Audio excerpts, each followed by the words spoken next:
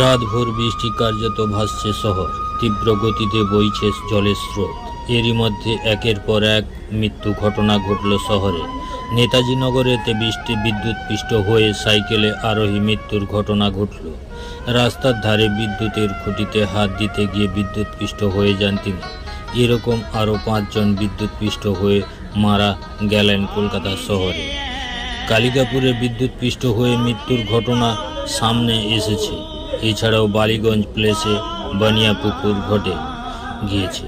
এরকম মর্মান্তিক ঘটনা শুনলে গায়ে কাঁটা দেয়। কোনো না কোনো ক্ষেত্রেই দেহ উদ্ধার করাও যাচ্ছে না জল জমে থাকার কারণে। বহু জায়গা বিদ্যুতের তার ছিঁড়ে জলে পড়ে রয়েছে। তড়িৎ দাহর হওয়ার আশঙ্কায় একাধিক রাস্তায় যান চলাচল বন্ধ রাখা হয়েছে।